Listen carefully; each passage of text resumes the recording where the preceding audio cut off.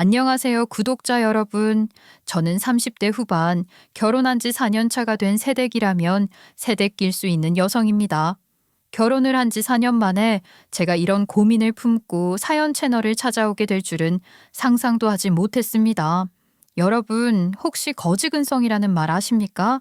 아니면 거지근성으로 가득 찬 사람을 보신 적이 있으실까요?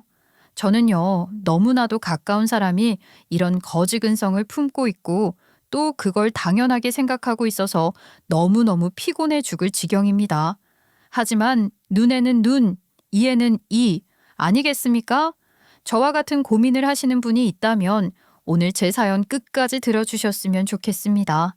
다른 엄마들은 뭐 다르겠냐고 생각하실지 모르겠지만 우리 엄마 정말 자타공인 타타공인 죄다공인 열심히 살았던 사람입니다.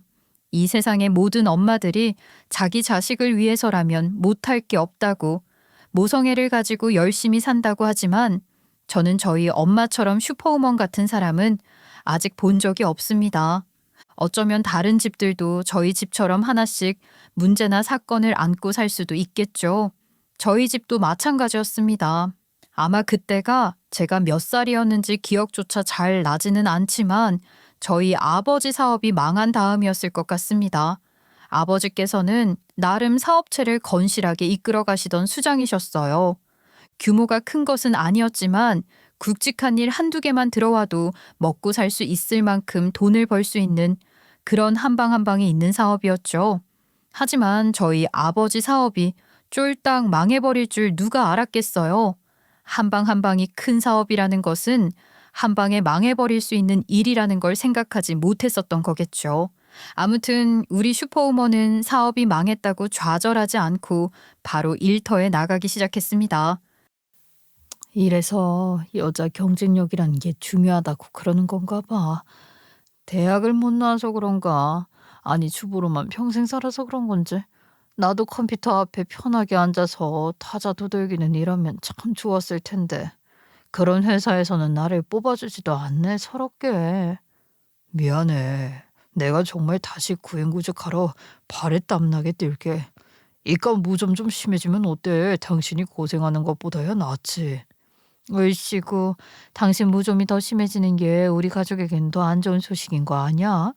당신 발 닦는 수건 내가 파란색으로 쓰라고 말했지? 깜빡했다. 아이고, 내가 수건에 이름이라도 써두던가 해야지. 그것 때문에 애들 얼굴에 버진 피는 거 아니야? 아, 나 참. 아무튼 다음 주부터 식당에 출근하기로 했으니까 그런 줄 알아. 내가 그래도 요리는 끝내주게 하잖아. 우리 엄마는 사무실 같은 곳에서 몸이라도 편안하게 일을 하고 싶다고 말을 하셨지만 아쉽게 경력이라는 것이 전혀 없었기 때문에 어쩔 수 없이 몸을 쓰는 일을 하시게 됐어요. 엄마가 긍정적인 사람이라 그냥 웃으면서 내가 요리를 끝내주게 한다고 말을 하셨었는데 저는 그 말에 전적으로 동의를 합니다. 정말 똑같은 음식을 해도 우리 엄마가 만든 음식은 맛 자체가 달랐어요. 너무너무 맛이 있었거든요. 우리 엄마가 전생에 대장금이 아니었을까 할 정도로요. 아마 제가 중학교 1학년일 때부터 우리 엄마는 식당에서 일을 했던 것 같아요. 우리 엄마가 고생을 한 이야기를 하자면 정말 끝도 없이 펼쳐놓을 수 있지만 그 이야기를 꺼내자면 또 제가 너무 슬퍼서 눈물이 날 것 같으니까 줄줄이 쓰진 않겠습니다. 처음에 우리 엄마가 일을 했던 식당에서 말이에요. 우리 엄마가 요리를 진짜 잘하고 일손도 빨라서 뚝딱뚝딱 시키는 일을 잘해도 너무 잘하니까 엄청 잘해줬었어요. 우리 엄마는 음식은 양념 맛이다 하시면서 양념에 늘 기본 조합 말고도 이것저것 첨가를 하셨었는데 그게 또 특별했거든요. 당시에 남들이 잘 쓰지 않는 새우가루, 표고버섯가루 이런 걸 쓰기도 하셨었고 다시다를 넣지 않아도 감칠맛을 엄청나게 내셨었어요. 그러니까 식당에 찾아온 손님들도 맛이 요상하게 좋아졌다면서 엄마가 일을 한 뒤로 자주 찾아오시더라고요. 근데 문제는 엄마가 일하는 시간이 많기도 하고 또 엄마한테 월급을 많이 주고 해야 되다 보니까 점점 돈 욕심이 나기 시작한 거죠. 식당 주인의 욕심이 끝이 없었던 것입니다. 슬쩍슬쩍 엄마 옆에 들러붙어서는 요리 레시피들을 그대로 베껴낸 다음에 엄마에게 억울한 누명을 씌워서 쫓아낸 것입니다. 아니 내가 자식들도 있는 마당에 부끄럽게 쪽팔리게는 절대 안 산다 이 말입니다. 내가 무슨 돈통에 손을 댔다고 그래요. 예? 내가 양심껏 일하는 사람이다 이 말입니다. 그러면은 누가 돈통에 손을 댔다는 거야? 어? 지금 아줌마랑 나랑 둘이서 일을 했는데 주인인 내가 돈통에 손을 대고 아줌마한테 억울하게 누명이라도 씌운다는 말이야? 저게 어차피 다 내 돈인데 내가 뭐 한다고 아줌마한테 그런 누명을 씌우겠어? 모르죠. 사장님이 저한테 왜 그런 누명을 씌우는지 제가 어떻게 알겠어요. 사장님, 제가 얼마나 열심히 일을 했는지 잘 아시면서 저한테 정말 왜 그러세요? 열심히 일을 한 직원 믿고 어디서 구멍이 났나 장부를 다시 보셔야지. 사장님 계산이 틀렸을 수도 있잖아요. 아줌마, 내가 장사를 몇 년을 했는데 그 돈 계산 하나 똑바로 못할까 봐. 아줌마 맞아? 아줌마네 집 망했다며 쫄딱 망해서 혼자 돈 벌어다가 가족들 다 먹여 살린다며. 아줌마 돈이 궁하니까 어쩔 수 없이 훔쳤겠지. 아니 어떻게 취직시켜주는 은혜도 모르고 돈을 훔칠 수가 있어. 미치겠네 정말. 나 아니라니까요. 내가 억울해서 눈물이 다 나온다. 살면서 이렇게 억울한 적도 처음이네. 경찰서 앞에서도 이렇게 눈물 줄줄 흘리면서 억울한 척 연기할 수 있나 두고 본다 내가. 아줌마는 연기자를 했어야 더 성공했겠네. 아니 어쩜 이렇게 억울하게 잘 울어대? 가짜니까요. 억울하게 눈명을 썼으니까 이렇게 울죠. 사장님, 나 정말 안 훔쳤다니까요. 나는요 살면서 그렇게 쪽팔린 짓 안 한다니까요. 경찰서 가요. 가서 어디 한번 시시비비 가려봅시다. 이렇게 말하고 훔친 돈으로 애들 먹을 거 사주고 옷 사주고 그러는 거 아니야? 가게 내부에 CCTV도 없고 그러니까 완전 범죄 꿈꾼 거 아니냐고.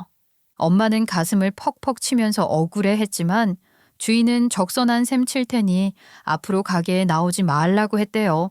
엄마는 정말 세상에 믿을 사람이 하나 없다지만 자기한테 이런 일이 생길 줄은 꿈에도 생각해보질 못했다며 그 어떤 때보다 좌절을 하셨습니다. 주인도 솔직히 걸리는 게 있으니까 경찰에 끝까지 신고하지 않은 것 아니겠어요? 말로는 같이 일을 했던 정이 있어서 경찰에게까지는 맡기지 않겠다는 식으로 했다는데 나중에 커서 생각해보니까 범인이라고 그렇게 몰아댔으면서 경찰에 신고를 하지 않은 게 이상하더라고요. 그때 엄마는 마음에 큰 상처를 입었어요. 그리고 우리 아빠도 엄마에게 미안한 마음을 가지고 어쩔 줄 몰라 했어요. 내가 진짜 못난 놈이다. 마누라 마음 하나 지켜주지 못하고 말이야. 내가 사업이 망해버리는 바람에 우리 마누라가 이렇게 고생을 하네. 내 자식한테 번듯하게 좋은 거 하나 못 해주고 말이야. 정말 내가 못난 가장이야. 지금 그렇게 말을 할 여유가 있어? 여보, 당신이 못났다고 아무도 생각하지 않어. 그니까 나가서 일해. 지금은 우리가 일을 해서 바짝 벌어야 할 시기야. 나 고생하는 거 아니야. 당신 사업할 때 생각하면 당신도 이렇게 고생해서 자리 잡았을 거야. 그니까 우리도 지금 좌절하지 말자. 당신은 정말 냉철하게 분석을 잘하는 것 같아. 그래, 내가 어떻게든 돈 벌어올게. 내가 우리 마누라 토끼 같은 우리 자식 무조건 먹여 살려야지. 그렇게 아빠는 현장 일을 하는 곳에 취직을 하셨어요. 문제는 그 현장이 좀 고되고 힘든 곳이었다는 것이었죠. 아빠는 그래도 매일매일 열심히 살았어요. 본인의 실패로 좌절하는 사람은 아니었다는 것입니다. 아빠 사업이 망하면서 저희 집에도 빚이라는 게 생기게 되었었고 우리 가족의 생활은 늘 빠듯했습니다. 엄마는 결국 다른 식당으로 취직을 하셨고 버티고 버티며 일을 하다가 돈을 더 주는 곳으로 이직도 하시고 그러셨어요. 그렇게 10년이라는 시간 동안 일을 하시면서 아빠랑 같이 빚을 갚아냈습니다. 저는 정말 저희 부모님의 끈기를 존경합니다. 끈기와 노력은 역시 배신을 하지 않는 법이라고 제 나이가 20대 중반이 되었을 때 우리 엄마는 본인의 이름을 건 가게를 하나 내게 되었습니다. 아주 작은 가게였지만 우리 가족의 보금자리와 같은 느낌이었어요. 역시 본인 명의로 무언가를 가지게 되면 누구보다 열심히 일을 하게 되는 건가 봐요. 엄마는 열정을 가지고 열심히 가게를 운영했고 가게를 낼 때 받았었던 대출을 갚으려고 무던히 힘을 쓰셨습니다. 엄마의 손맛은 보장이 된 것이나 마찬가지였기 때문에 손님들은 그 작은 가게가 가득 차도록 늘 찾아와 주셨어요. 저도 대학을 어떻게 졸업을 했고 취직을 할 때까지 2년 정도의 공백기가 있었는데 그때 엄마의 식당에 출근을 하면서 일을 돕곤 했습니다. 엄마는 제가 엄마 식당에 나가서 일을 하는 것을 별로 좋아하진 않으셨지만요. 아이 참 엄마가 한다니까 너 주방에 들어오지 말고 저기 테이블 치워. 아유 아니다. 그냥 계산이나 받아. 계산은 아빠가 다 받는데 뭘. 저쪽 테이블 치울까? 행주 어딨어. 테이블도 닦고. 아유 엄마 설거지는 내가 한다니까. 얘가 왜 이래 자꾸. 설거지하면 손에 습진 생겨. 그 후라이팬 뜨거우니까 만지지 마. 그러다가 손 대이면 어쩌려고 그래. 엄마 눈에는 내가 무슨 어린애인 줄 알아? 나도 이제 이런 거 다 구별하면서 할 수 있는 나이라니까. 그래도 엄마는 싫어하셨어요. 가게가 크지는 않았기 때문에 아빠랑 둘이서도 충분히 운영은 가능했지만 시간이 지날수록 단골도 늘어나고 점심시간이나 저녁시간에는 배달 주문도 받기 시작하면서 주방에서 일을 할 일손이 더 필요했지요. 그래서 우리 이모가 엄마 식당에 와서 같이 일을 하고 있었어요. 저는 우리 엄마가 식당을 한다는 사실이 부끄러웠던 적은 단 한 번도 없었습니다. 우리 엄마가 식당에서 일을 하는 것을 즐거워하시기도 했고 또 사람들이 잘 먹었다고 맛있었다고 말을 하는 것을 뿌듯하게 생각하기도 하셨거든요. 가게를 낼 때 받았던 대출비까지 전부 다 갚고 엄마와 아빠는 식당을 운영하며 완벽하게 자리를 잡게 되었습니다. 저도 취직이 된 덕분에 회사 생활 열심히 하기 시작했고요. 회사 생활이란 늘 지긋지긋하게 돌아가는 쳇바퀴 같았지만 저는 연애도 솔찬히 했습니다. 그렇게 남편도 만나게 되었거든요. 같은 회사에 재직을 하는 것은 아니었어요. 제가 사내 커플 한번 했다가 헤어지고 난 뒤에 정말 힘들었던 적이 있었거든요. 그래서 사내 커플은 죽어도 안 하겠다고 결심했었죠. 남편은 같은 회사에 다니고 있었던 동기가 소개를 시켜준 사람이었어요. 연애를 시작하기에 앞서 서로에 대해 너무나도 몰랐기 때문에 시간을 꽤 두고 알아가기 시작했고 연애를 시작한 지 2년이 지나서야 결혼을 약속하게 되었어요. 그게 제 나이 35살의 일이랍니다. 아이고 우리 딸 언제 시집가냐고 그렇게 잔소리를 했던 게 엊그제 같은데 말이야. 정작 결혼을 앞두고 있다고 생각하니까 이렇게 서운할 수가 없네. 왜 이렇게 주책맞게 눈시울이 뜨거워지는 건지 모르겠다. 딸이 시집간다고 만세삼창할 줄 알았더니 엄마 기분이 그게 아닌가 봐. 엄마 울지 마 진짜. 엄마 울면 나도 눈물 날 것 같단 말이야. 내가 안 울고 싶다고 어디 그게 내 마음대로 되는 일이니? 시집 못 가고 평생 노처녀로 늙어 죽을까 봐 걱정을 그렇게 했는데 시집 간다고 하니까 서운해. 눈물이 절로 나. 그럼 나 결혼하지 말고 좀 더 엄마 옆에 있다가 갈까? 내가 이렇게 말하면 필요 없다 얼른 가라 할 거면서. 그치? 엄마는 피식 웃었지만 그 눈동자에서 이상하게 딸을 보내고 싶지 않음이 읽혀졌어요. 하지만 그땐 저도 제 나이에 결혼을 해서 가정을 꾸리는 것이 부모님께 효도를 하는 일이라 생각을 했습니다. 결혼식을 하루 앞두고 오랜만에 엄마랑 같이 두런두런 이야기를 하면서 잠이 들었는데 엄마도 그동안 저에게 하지 못했었던 이야기가 많이 있었나 보더라고요. 제 어릴 때 이야기를 하나하나 곱씹듯이 이야기를 해주시는데 그게 왜 그렇게 슬펐는지 모르겠어요. 세상에서 제일로 예뻐야 하는 신부가 눈이 팅팅 부어서 미용실에 도착을 하게 되었다니까요. 저랑 엄마랑 둘 다 퉁퉁 부어서는 얼음팩을 하고 있으니까 뒤늦게 도착한 남편이 저에게 슬쩍 엄마랑 싸운 거냐고 물어보기까지 하더라고요.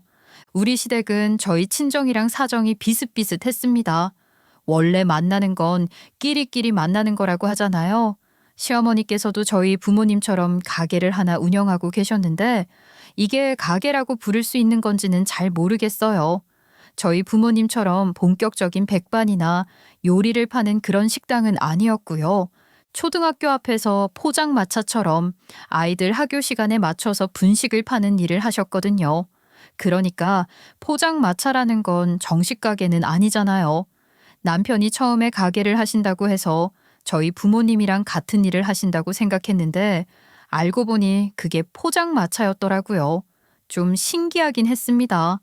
요즘은 포장마차가 거리미관을 해친다고 불법이라고 제지를 당하는 판이잖아요. 그런데 초등학교 앞을 돌면서 분식 장사를 하신다고 하니까 걱정도 되더라고요.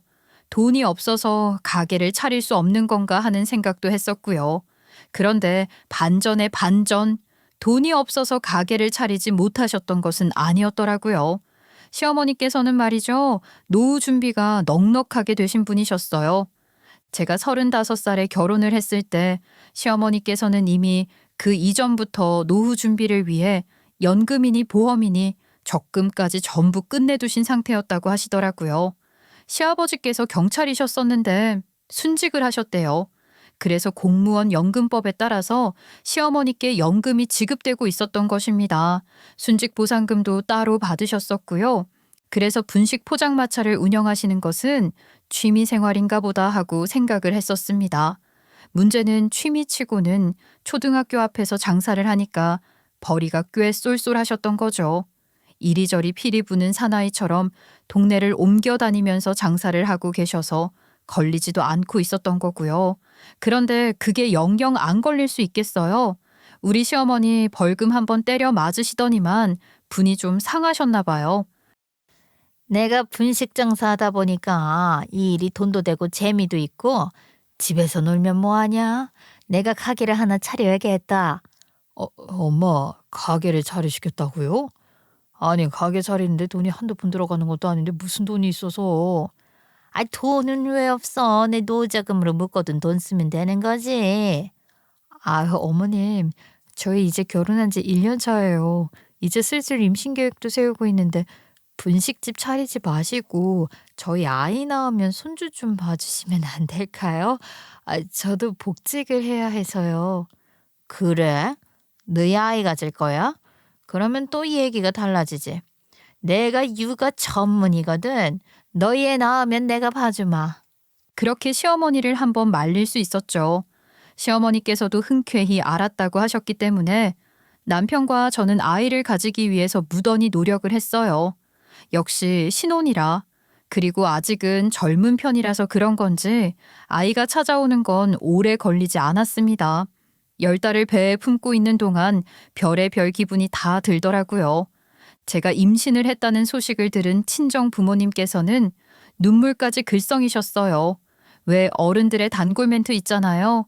애가 애를 뱄네 하는 말이요. 제가 그 말을 얼마나 들었는지 모르겠더라니까요. 저희에게 필요한 육아용품도 하나하나 마련해 주시고 10달을 품은 아이를 출산했을 땐 우리 엄마가 얼마나 울었는지 모르겠어요. 펑펑 울어서 저는 제가 뭐 잘못된 줄 알고 겁까지 먹었을 정도였죠. 그렇게 출산하고 난 다음 시어머니께서는 약속이라도 지키시듯이 저의 육아를 도와주셨습니다. 저희 친정 부모님께서는 식당을 운영하고 계셨기 때문에 쉬는 날에만 와서 도와주셨고요. 시어머니 아니었으면 솔직히 저 잠잘 시간도 없이 고생을 했을 거라는 것을 알아요. 1년 동안 육아휴직을 해 있는 동안 시어머니께서 두 팔 걷어붙이고 많이 도와주셨으니까요. 그런데 이게 어떻게 늘 좋은 결과만 낼 수 있겠어요? 시어머니와 육아를 함께 한다는 것은 어찌 보면 너무나도 감사한 일이었지만 쉽지 않은 일이기도 했습니다. 어르신들의 고집은 왜 꺾을 수 없는 것일까요? 육아라는 게 시대에 따라서 방법도 많이 달라지잖아요. 의료기술이 발달하면서 옛날에는 그저 열꽃이다 하고 넘어갔었던 것들이 아토피이기도 하고 또 알레르기이기도 하고요. 의료기술의 발전에 따라 아이들에게 필요한 약이라든지 혹은 습도, 온도 그런 것들이 다 달라지기 마련 아니겠어요? 그냥 대충 키우면 되지 뭘 그런 걸 일일이 따져? 하고 물어보시는 분들도 당연히 있을 거라고 생각합니다만 저에게는 첫 아이였으니까 대충 키울 수 없었어요. 10달을 품으면서 누구보다 값진 모성애를 끌어올렸거든요. 하지만 우리 시어머니는 정말로 그런 저를 하나도 이해해주지 않으셨어요. 육아의 신이라고 호언장담을 하시면서 떵떵거리시더니 정말 80년대에 아이를 키운 티를 팍팍 내시는 겁니다. 어머니, 애를 왜 이렇게 꽁꽁 싸매놓으셨어요? 가뜩이나 한여름이라서 일부러 시원하게 벗겨놨었는데 이러다가 몸에 땀띠 생긴대요. 애 로션도 발라줘야 하는데. 어? 아이 당연히 꽁꽁 싸놔야지. 애는 말이야 꽁꽁 싸매놔야 안정감을 느끼는 법이라고. 그것도 맞는 말인데요, 어머님. 저희 아이는 태열이 심해서 풀어놔야 해요. 그렇지 않으면 피부에서 뭐가 막 올라와서요. 아이 그런 거는 좀만 크면 다 사라지는 건데 뭘 그렇게 겁을 먹고 그래. 그러지 말고 애는 그냥 싸매서 키워.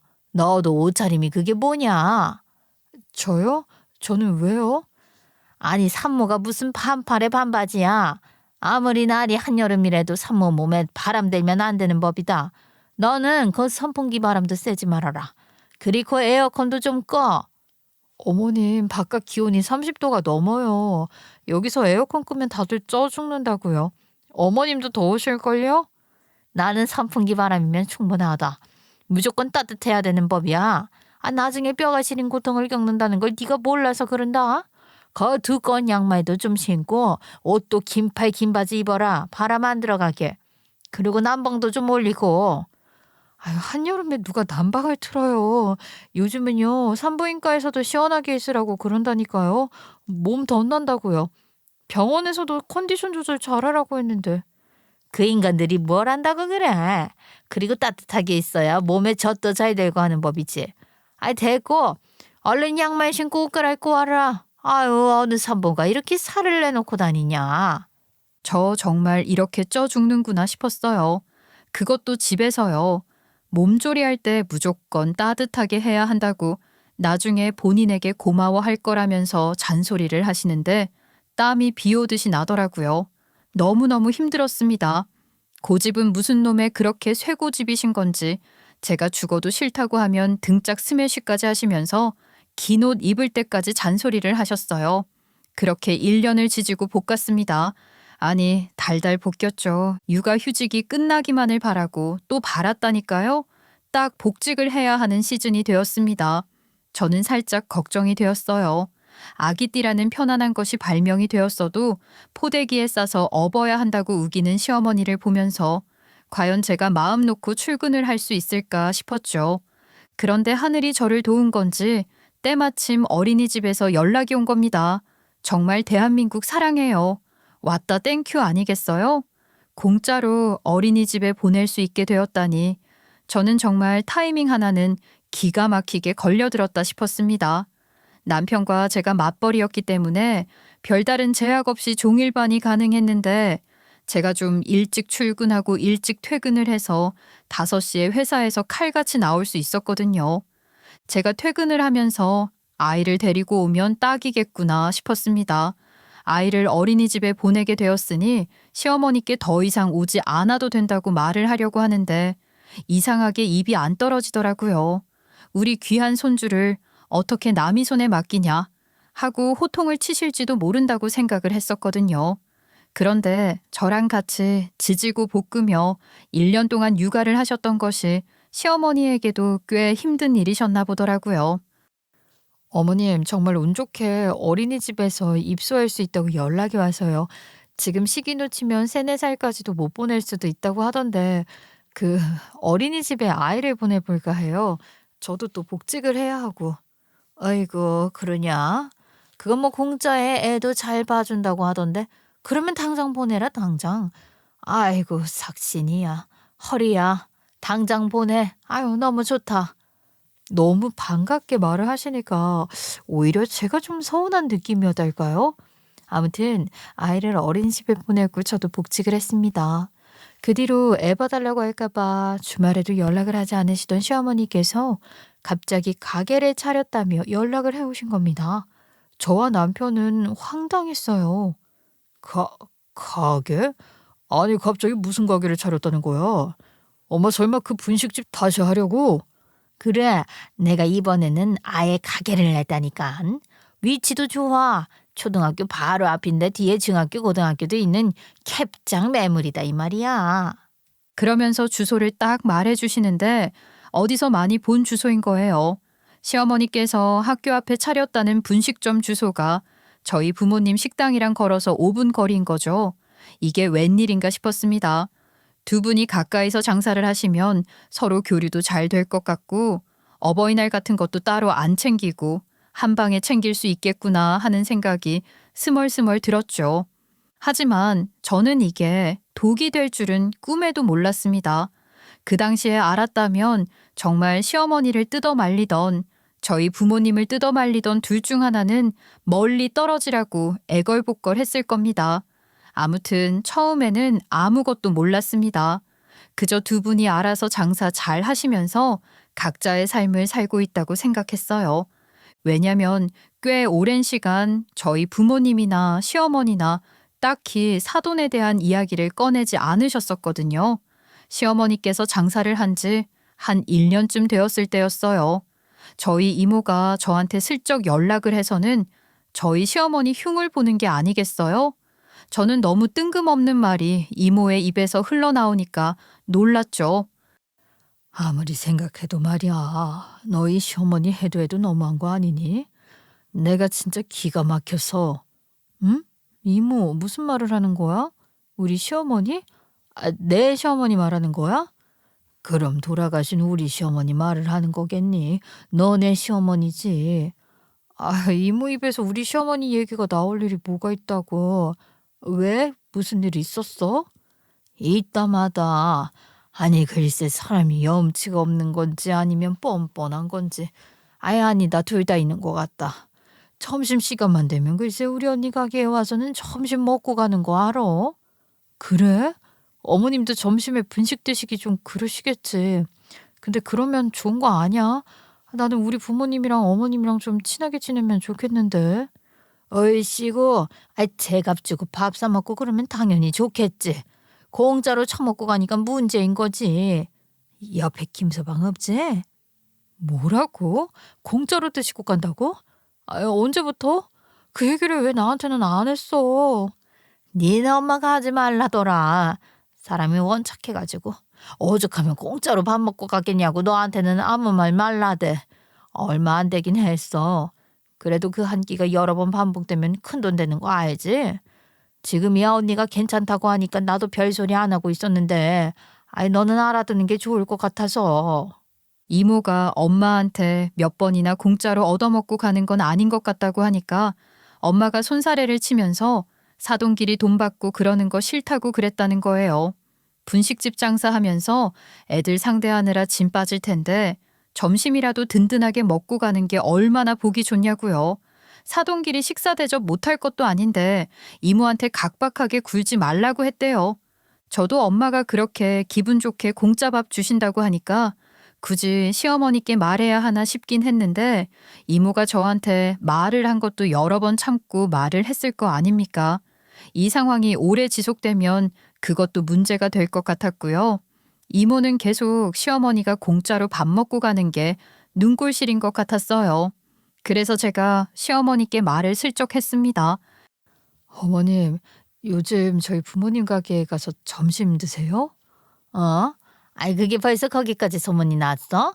사돈 손맛이 정말 좋으시더라. 설마 어머님 공짜로 드시는 건 아니죠? 계산하고 나오시는 거죠? 뭐야? 사돈이 너한테 그런 얘기를 하시디? 내가 공짜로 밥 먹고 온다고 일러 바치기라도 하시는 거야?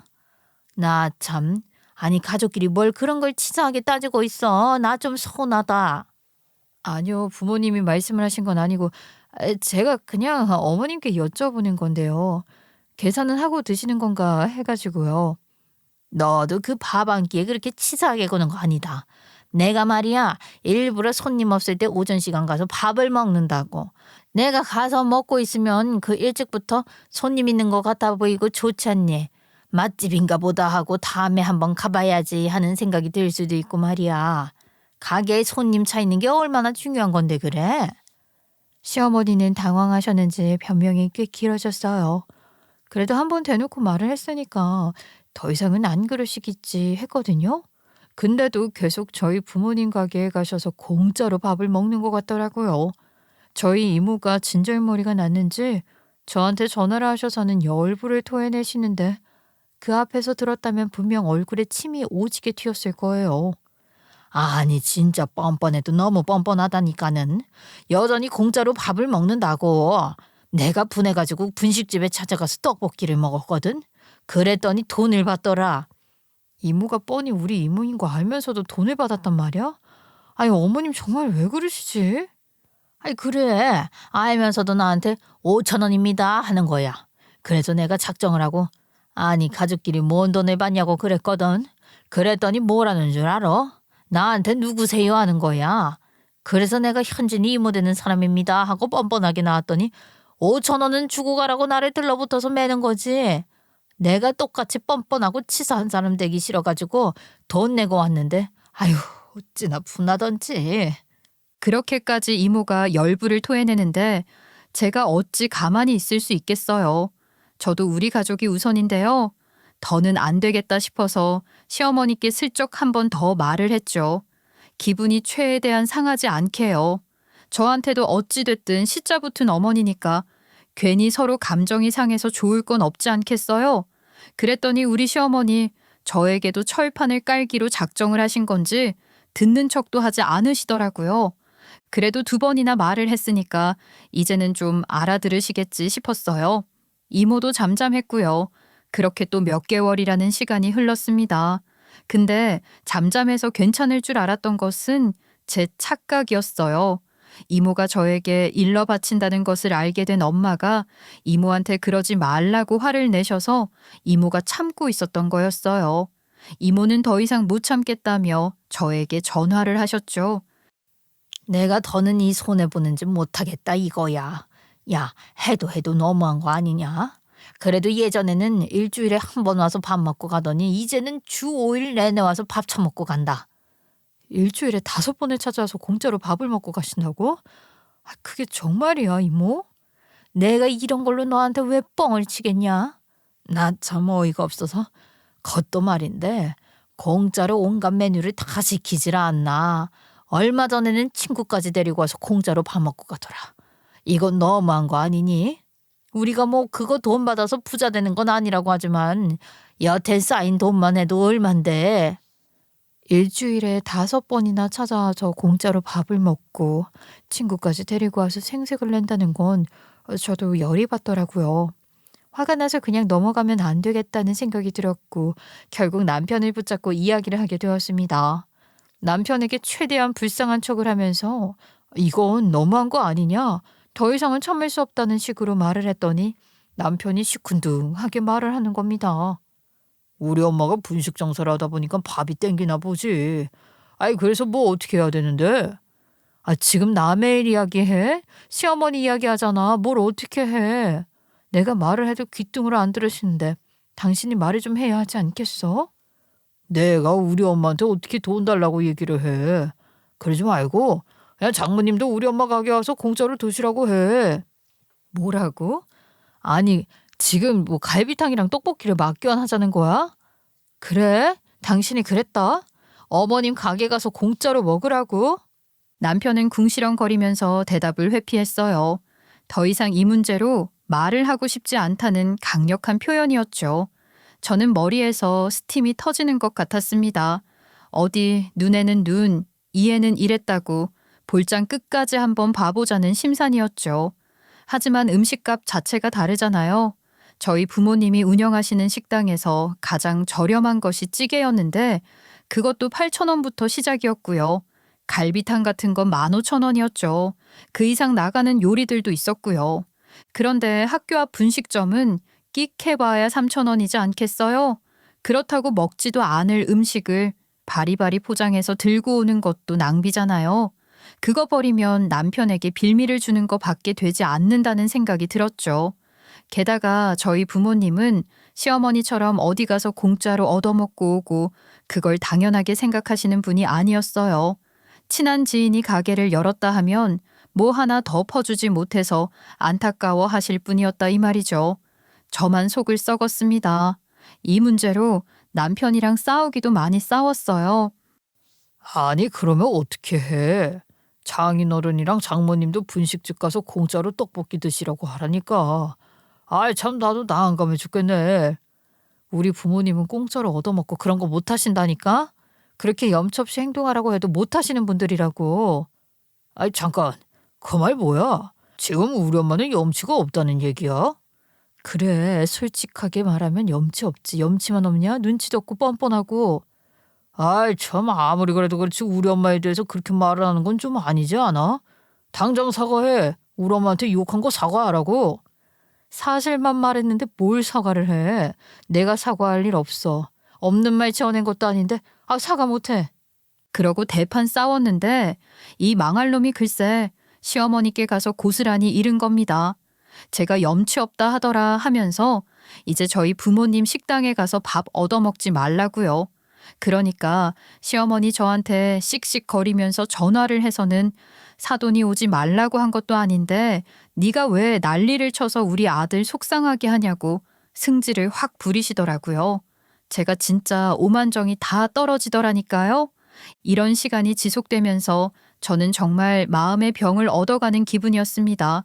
하지 말라고 말을 해도 청개구리처럼 계속하는 시어머니의 태도에 질려가는 것도 한두 번이어야죠. 게다가 남편은 배째라는 식으로 그 퉁퉁한 배를 들이밀고 있었고요. 마음 같아서는 시어머니가 뭐가 문제니 하고 얄밉게 말을 할 때마다 된장을 바르고 싶었습니다. 하지만 제가 복수를 한다고 해봐야 티가 얼마나 나겠어요. 항상 시어머니는 저보다 우위에 있다고 생각을 하는 분이셨기 때문에 이왕에 복수를 할 거면 제대로 복수를 해주는 편이 속 시원하다고 생각을 했습니다. 그래서 계속 고민을 했습니다. 거지근성이라는 넉넉한 이 인간들에게 어떻게 복수를 해야 처벌 아니 처단을 먹일 수 있을까 싶었거든요. 여자가 한을 품으면 5, 6월에도 서리가 내린다던데 왜 여태 서리가 안 내렸는지 궁금하네요. 제가 그만큼 한을 품었다 이 말입니다. 밥 한 끼 대접하는 거 어렵지 않은 일일 수도 있어요. 저희 부모님은 그냥 그렇게 생각하시는 것 같았어요. 다른 사람도 아니고 내 딸의 시어머니인데 밥 한 끼 제대로 대접하는 게 어려운 일이고 비싼 일이라고 돈 타령을 하냐고요. 하지만 뻔뻔하게 받아먹고 당연하게 생각하고 친구까지 데려오는 건 정말 선 넘는 짓이라고 생각했습니다. 하물며 저도 엄마 식당에서 공짜로 밥 먹은 적이 없는데요. 그렇게 일을 갈다 보니까 4년이라는 시간 동안 같은 이불 덮고 잤던 남편에게도 이가 갈리더라고요. 제가 얼마나 이 일로 속상해하고 있는지 신경을 쓰고 있는지 잘 알고 있는 남편 놈이 제 편에 서는 것도 아니고 지네 엄마 편에 서가지고 그게 뭐가 어때서? 라는 태도로 일관을 하는 게 꼴불견이라는 생각이 들었어요. 한마디로 4년 차가 되니까 애정은 사라지고 의리로 꾸역꾸역 살고 있는 지경이었는데 이놈이 자꾸 발을 빼니까 전기 탈탈 털렸다 이 말입니다. 지가 뭐 시어머니랑 오래 붙어 살 것 같나요? 저랑 더 오래 붙어 살 놈인데 줄을 어디에 서야 하는지도 모르고 그러고 있는 게 열받더라고요. 저는 시짜 인간들에게 제대로 보여주겠다고 결심을 했습니다. 그리고 머릿속으로 하나하나 시뮬레이션을 그려가기 시작했어요. 제가 또 계획형 인간이거든요. 그렇게 고민을 하던 저는 시어머니께 정말 마지막 기회를 드리기로 결심을 했습니다. 만발의 준비를 하기 위해서 당일에 연차까지 썼습니다. 이판사판 어디 누가 이기나 보자 하는 마음까지 먹고요. 연차를 쓰고 저는 저희 부모님 식당에 찾아갔습니다. 회사에 있어야 할 시간인데 제가 식당에 오는 걸 보고 저희 부모님 제가 사표라도 썼나 아니면 잘리기라도 했나 걱정스러운 눈빛으로 보시더라고요. 하지만 저는 이마에 흰띠에 투쟁이라고 써서 붙인 사람처럼 이를 갈았습니다. 그리고 구석에 앉아서 왕갈비탕을 뜯으며 놀란 눈으로 저를 바라보는 시어머니와 눈이 딱 마주쳤습니다. 메뉴부터 스캔이 딱 되더라고요. 왕갈비탕이 무려 한 그릇에 18,000원이나 하는 비싼 음식이었습니다. 분명히 표정은 누구보다 놀란 표정이었는데 갈비를 뜯는 그 입은 쉴 틈이 없더라고요. 전생에 밥 못 얻어먹은 거지라도 들러붙은 줄 알았다니까요. 제가 떡하니 계산대 앞에 서 있으니까 저희 부모님도 제가 작정하고 왔다는 것을 눈치채신 것 같았어요. 너 밥은 먹었냐? 저기 앉아 있어. 내가 갈비탕 하나 내올 테니까. 쉬는 날 뭐 식당에 와가지고 계산대에 죽치고 있고 난리냐? 아, 나 배 안 고파. 내가 오늘 계산대 볼 테니까 아빠는 저기 앉아서 좀 쉬고 있던가. 저희 부모님 안절부절 못하는 사이에 왕갈비탕을 깨끗하게 비우신 시어머니께서 당당하게 계산대를 쓱 지나쳐 나가시려고 하는 게 아니겠어요? 진짜 대단하시죠? 아무리 그래도 며느리까지 와서 계산대에 떡하니 버티고 있는데 그걸 무시하고 지나가려고 하시니까요. 어머님, 계산하고 가셔야죠. 왕갈비탕으로 드셨네요. 18,000원입니다. 어떻게 카드로 하실래요? 아니면 계좌이체 하실래요? 예, 너는 무슨 아니 내가 공짜로 밥 먹는 게 한두 번도 아니고 가족끼리 무슨 밥 한 끼 가지고 돈을 받고 그러니? 이제는 이런 일로 신랑이 버리는 것도 지긋지긋하다. 그래요? 알겠어요. 가족끼리 음식 정도야 공짜로 나눌 수 있는 거죠? 아이, 그이도 근데 그러더라고요. 억울하면 어머님네 분식집 가서 밥 먹으라고요. 그래, 뭐 가족끼리 이런 걸로 얼굴 붉히지 말자. 이따 배고프면 떡볶이 먹으러 와. 내가 한 그릇 내줄게. 제가 쿨하게 그냥 가시라고 말을 하니까 저희 부모님도 어안이 벙벙한 얼굴을 하셨고 우리 이모는 저에게 미친 게 틀림없다는 말을 뱉으셨죠. 하지만 저에게는 기생충의 그 유명한 대사처럼 계획이 다 있었습니다. 저는 부모님 가게에서 일을 좀 도와드리다가 딱 초등학교 하교 시간에 맞춰서 시어머니가 운영하는 분식집 앞을 찾아갔습니다. 애들이 막 하교를 하고 나오는 건지 분식집 앞에 차례대로 줄을 서기 시작했습니다. 저는 그 모습을 아주 흐뭇하게 바라보면서 가게 앞에 서서 줄을 선 아이들에게 소리를 쳤습니다. 얘들아, 오늘은 이 아줌마가 기분이 좋은 날이라서 말이야. 이 아줌마가 전부 다 쏠 테니까 배고픈 애들 여기 다 줄 서서 떡볶이 먹고 가라. 와, 정말요? 정말 공짜예요? 아줌마가 다 사주시는 거예요? 그래, 기분이다. 먹고 싶은 거 다 골라. 대신 남김없이 먹어야 한다. 야, 너 지금 뭐 하는 거야? 정말로 이 이름도 모르는 애들한테 분식을 다 쏘겠다고? 저는 시어머니를 향해 고개를 끄덕였습니다.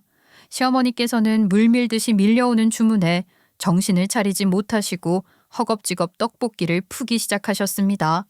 시어머니께서는 그 옆에 서서 지나가는 아이들에게 떡볶이를 공짜로 먹고 가라고 호객행위를 하는 저를 미심쩍은 얼굴로 쳐다보셨어요. 아무래도 공짜로 왕갈비탕을 먹고 오셨으니 걱정이 되긴 하셨겠죠. 본인이 본인 입으로 가족끼리 밥 가지고 돈을 받냐 뭐하냐 하는 말을 뱉었기 때문일 겁니다. 저는 그런 거 신경 안 쓰고 아이들을 불러 모았고 정말 초등학교에 다니는 애들은 전부 줄을 섰다고 말을 해도 과언이 아닐 정도로 줄이 길게 늘어섰습니다. 저는 그러면 그럴수록 아주 신이 났어요. 우리 시어머니의 얼굴이 점점 더 당황스러움으로 바뀌었으니까요. 너 정말 돈 내는 건 맞지? 나는 공짜로 절대 못 준다. 네 입으로 들어가는 것도 아니고 모르는 애들 입에 들어가는 건데. 아휴, 알았어. 내가 18,000원 그거 지금 계좌로 보낼 테니까 얘네들이 먹은 돈 전부 다 보내라. 어? 너 이대로 입 씻으면 큰일 나는 거야. 오늘 장사 완전히 공치는 거라고. 알아들어? 하지만 저는 일부러 아무런 대꾸를 하지 않았습니다. 우리 시어머니 주문은 계속 들어오니 떡볶이는 푸는데 불안한 건지 안절부절 못하는 꼴이 제법 웃기더라고요. 그렇게 아이들에게 분식을 공짜로 다 퍼주었습니다.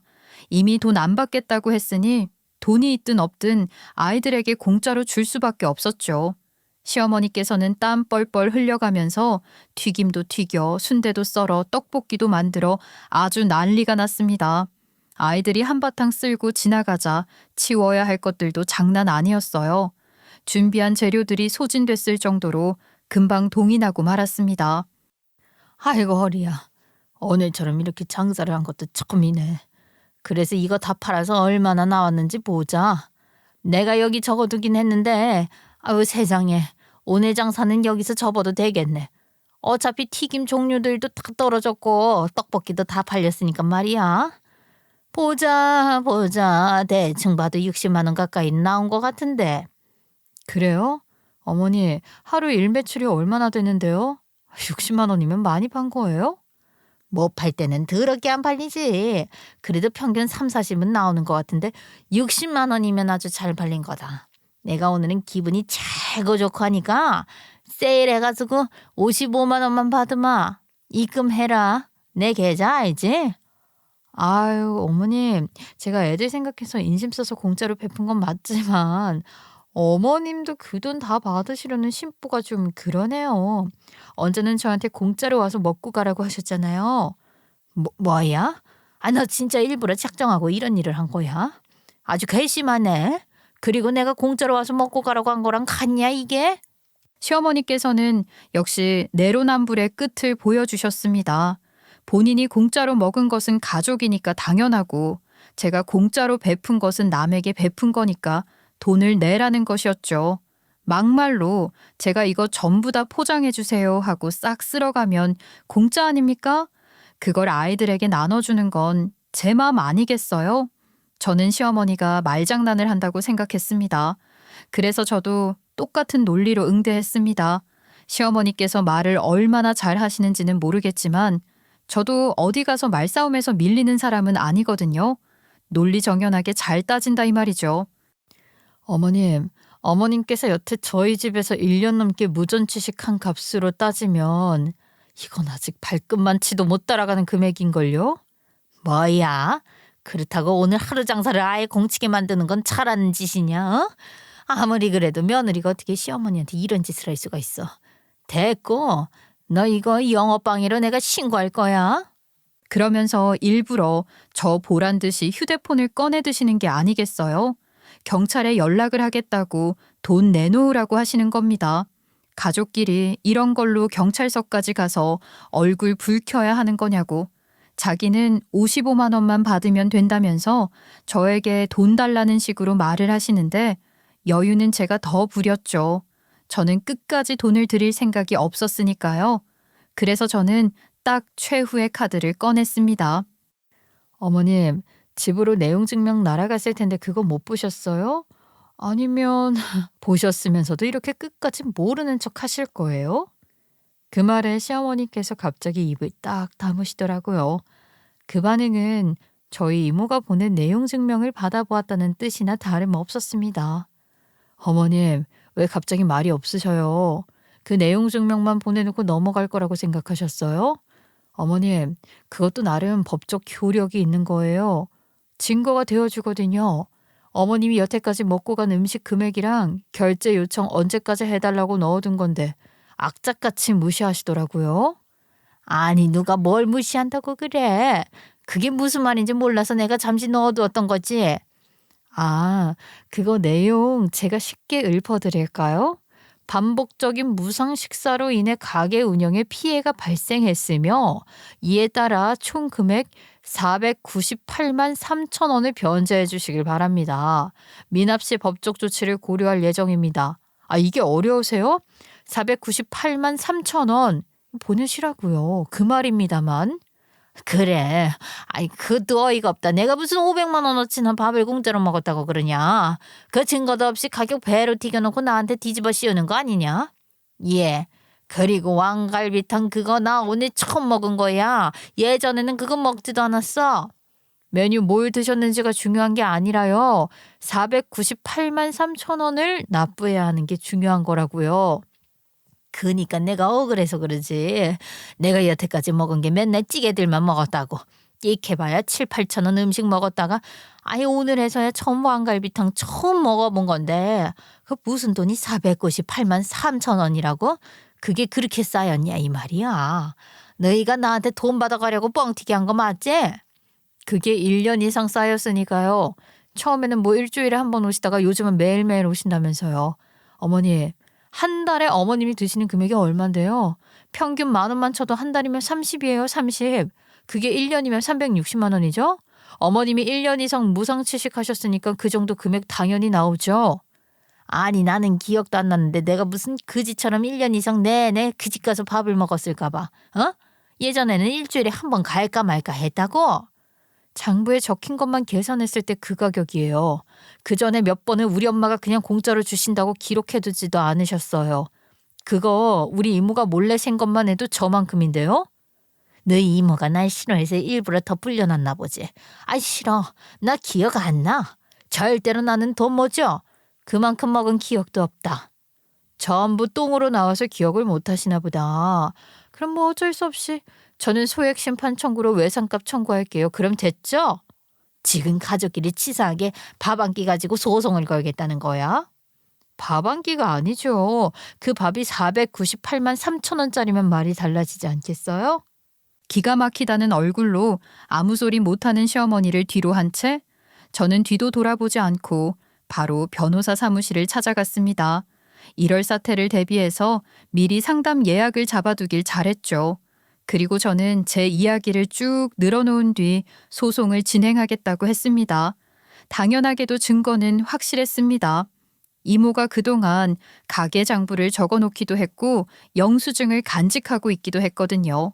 시어머니야 그냥 먹고 튀면 그만이었겠지만 저희 이모는 모든 증거를 하나하나 모으고 있었던 거죠. 가게에 CCTV도 달려 있었어요. 우리 이모가 설치해둔 거예요. 물론 앞에는 좀 날아가긴 했지만 우리 이모가 기를 쓰고 모은 장면도 몇 개월치가 있었습니다. 소송 준비를 마치고 덜덜 떨고 있을 시어머니께 경고의 전화를 날렸죠. 어머님, 저 지금 막 변호사 사무실에 나오는 길이거든요. 소송할 게 증거가 너무 확실하다고 해서요. 조만간 소장 도착할 겁니다. 그 말에 우리 시어머니 졸도라도 하신 건지 아무 말 없더라고요. 저는 전화를 끊고 콧노래까지 흥얼거렸습니다. 정신을 차린 시어머니께서 남편에게 전화를 걸어서 일렀나 보더라고요. 남편이 저에게 전화를 해서는 소송 이야기를 꺼내며 노발대발하는 겁니다. 시어머니가 우리 부모님 가게에서 공짜로 밥 처먹을 땐 아무 소리 안 하던 놈이 맞나 싶었어요. 아니 이런 일로 무슨 소송을 한다고 그래. 아 도대체 왜 그렇게 사람이 꼬였어. 우리 엄마가 배부른 게 싫어? 그 배를 왜?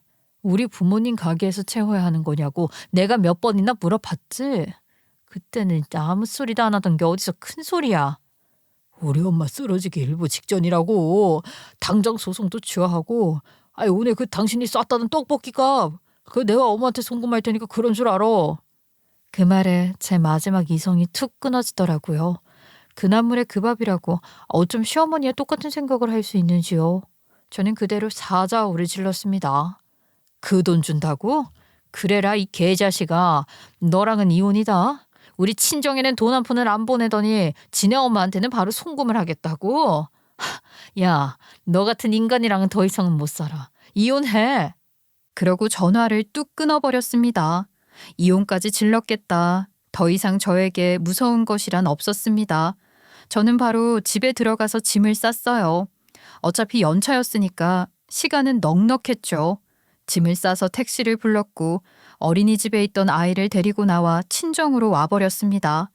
제가 친정집에 짐 싸들고 왔다고 식당에 계신 부모님께 말을 했더니 아버지께서 한달음에 달려오셨습니다. 그러더니 제 걱정을 하시더라고요. 저는 이혼하겠다고 말씀드렸고 시어머니를 고소한 사실까지 말씀드렸습니다. 아버지, 이 말을 탁 짚으시면서도 이혼을 말리진 않으시더라고요.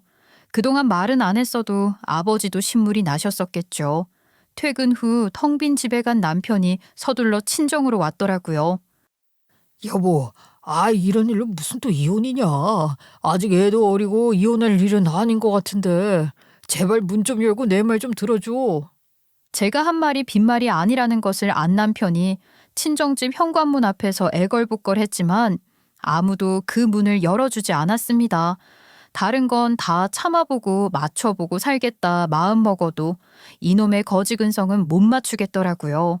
결국 시어머니에 대한 소송도 진행이 되었고 저희 부모님 가게에 498만 3천 원을 갚으라는 판결이 나왔습니다. 저도 이혼하는 게 어렵지는 않았어요. 아이가 어려서 시간이 좀 걸리긴 했지만 제 마음은 이미 이혼으로 결정이 났기에 남편이 뭔 짓을 해도 받아줄 마음이 없었죠. 남편 놈 법원 앞에서까지 울고불고 빌었지만 양육권 친권 전부 저에게 오게 되었고 재산도 정확히 반반 나누라는 판결을 받았는데 제가 왜 지지고 볶고 이 인간이랑 붙어 살아야 할지 모르겠더라고요. 이혼 도장 쾅 찍고 저는 요즘 회사 다니면서 아이 잘 키우며 부모님과 함께 살고 있습니다. 이모도 그렇고 저희 부모님도 그렇고 저희 아이 양육하는 거 도와주시면서 제 마음에 구멍이 생기지 않게 잘 보듬어주고 계세요. 저는 언제나 우리 부모님의 자식이니까요. 이혼이라는 게 저에게 어떤 작용을 할지 모르겠지만 그래도 꿋꿋하게 저희 아이와 함께 잘 버텨내며 살아보겠습니다. 감사합니다.